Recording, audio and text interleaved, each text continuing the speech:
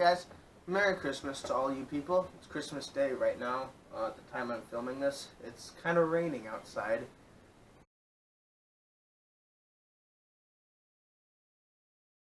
So, my first technique in soloing that I always go to is this thing where, so you've got, like, say you got the 5th fret here, you hammer on the 7th and pull off on the 5th, and then you go down a string to the 7th, and then pull off, and then hammer on again. So it kind of sounds like...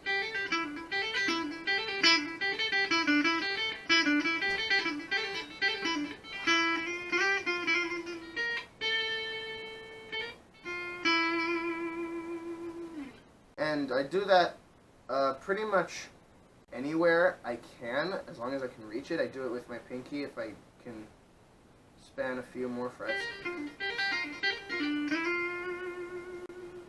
Sometimes to get a tritonish feeling, I can do it with just... Here's another really common one that I like using a lot, just to make it sound more impressive, is just the pulling off triplets.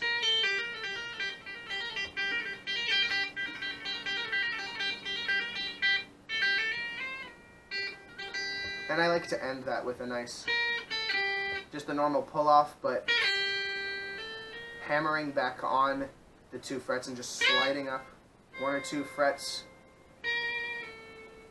and then just going back to the 3 frets I was hammering on. I also like trying to do it backwards, where I hammer on everything.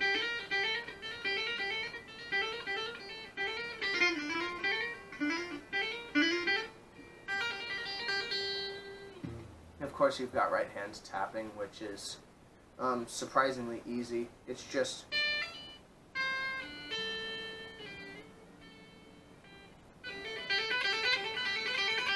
You can do the pull-off technique with the tapping. You can do...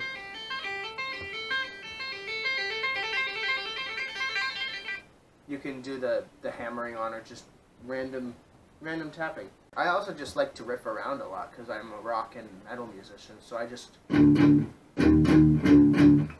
like chugging, lots of palm muting.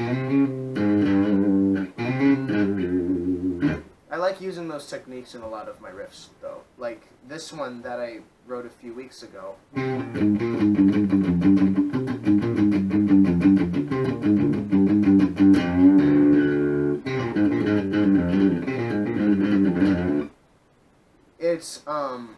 It's pulling off, it's going down 3 notes, so 1, 2, 3, and then going back to the 2 note, 2, 3, 4, 3, 4, 5, 4, 5, 6.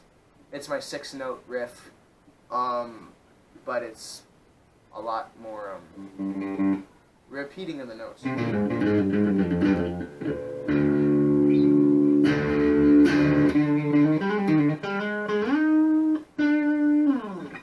Another cool technique that you might want to learn if you want to become like one of the pros, like I'm trying to do this right now, and I got it from Michelangelo Badio. He's the world's greatest guitarist, hands down, no arguing. Look him up, listen to all of his music.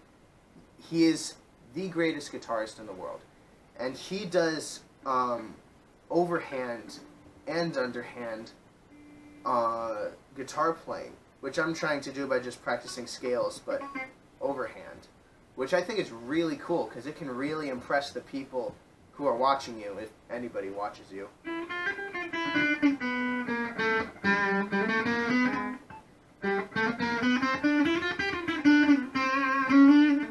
Yeah, see, not very good at it yet. Still practicing, though. Always practice. Saying that to all the viewers who don't really play guitar.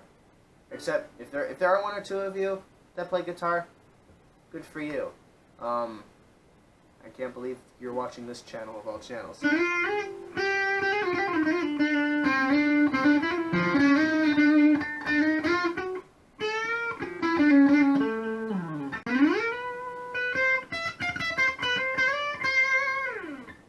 Because I don't really know any scales, I just play notes. I just hear other songs and try to emulate those notes. But I don't want to make it all sound the same, like the same old pentatonic scales or something like that.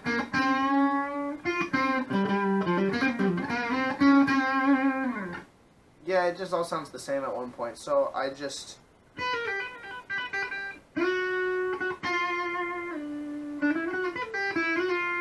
So instead of just sounding like the normal pentatonic scale, like... I skip some of the frets in that scale and just play other frets. Because the thing about practicing is that at a certain point, you know where the notes are, and if you play metal and rock like me, where most of the stuff is based around the same scales, like the same keys, like E and A and all that, you eventually just know where all the notes are, and you can branch off to find those new notes, and eventually it just becomes... I don't even know.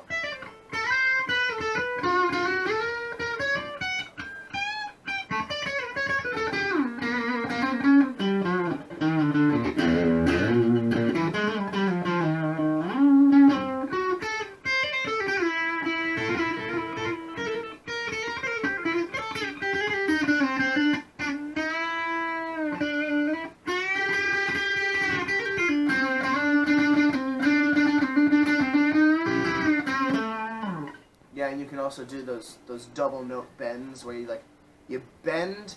It's kind of like a tritone-ish thing, but it's on the G and the B string, so it doesn't sound like a tritone. You bend up on the G string, and one fret up from where you're bending. You just hold the note on the B string. So I'm speaking in E standard terms, but I'm in D standard, so you guys are probably in standard tuning, so bear with me. And then there's the double note where it's just... So this is an A, and I'm just gonna bend here on the 8th fret I'm gonna do a whole bend to make it sound like I'm hitting the 10th fret, and the 10th fret equals the 5th fret. So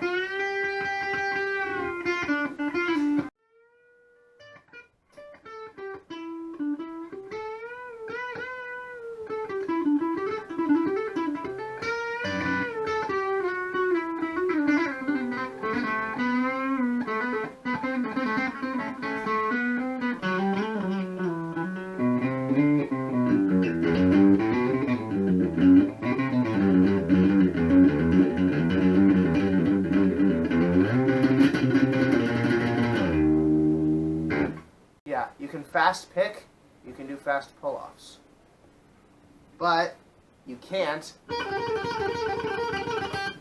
pick every note when you pull off. You get lost. You know what? Actually, just hold the pick whatever way you want, because I don't know. It's just the way you hold a pick. Whatever's comfortable for you. I unconsciously go back to this weird thumb bend, and I don't want to do that, but I don't really know any other way to hold it because I've been doing it for so long. I'm trying to arch my thumb, but it's a little uncomfortable still.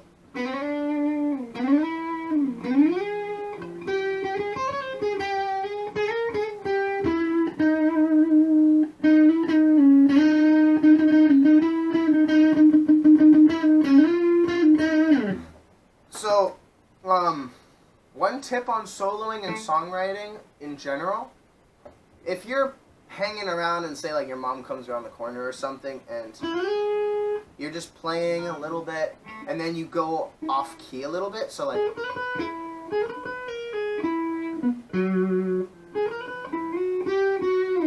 I can't go off key. I don't know how to play bad. Say you go off key, say you hit the wrong note, and your mother turns around and gives you this weird look. Like, what'd you do that for? What you do is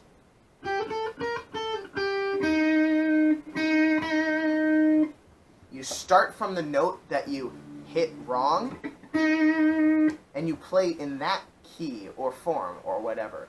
So like if I'm playing on like the dotted frets and all that, and then I hit a not dotted fret. I'm just saying that because that's normally where it happens, I think. But say you're playing on the dotted frets and you hit a non-dotted fret. And you get that weird look. Just play all the non-dotted frets so that it sounds like you're in key. So, like...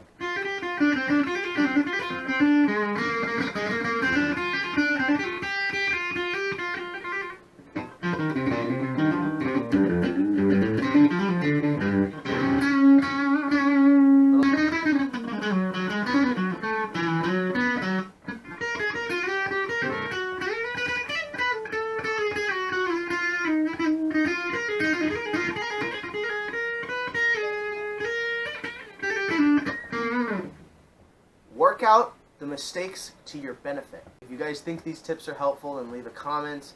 Maybe tell me what you want to see next. If you guys don't enjoy watching me noodle around, because I know that almost all of you viewers don't play guitar. If you're just here for the music, then that's fine, but don't watch the video, just listen to the audio. Yeah, I guess that's it. Merry Christmas, guys. See you in the next video.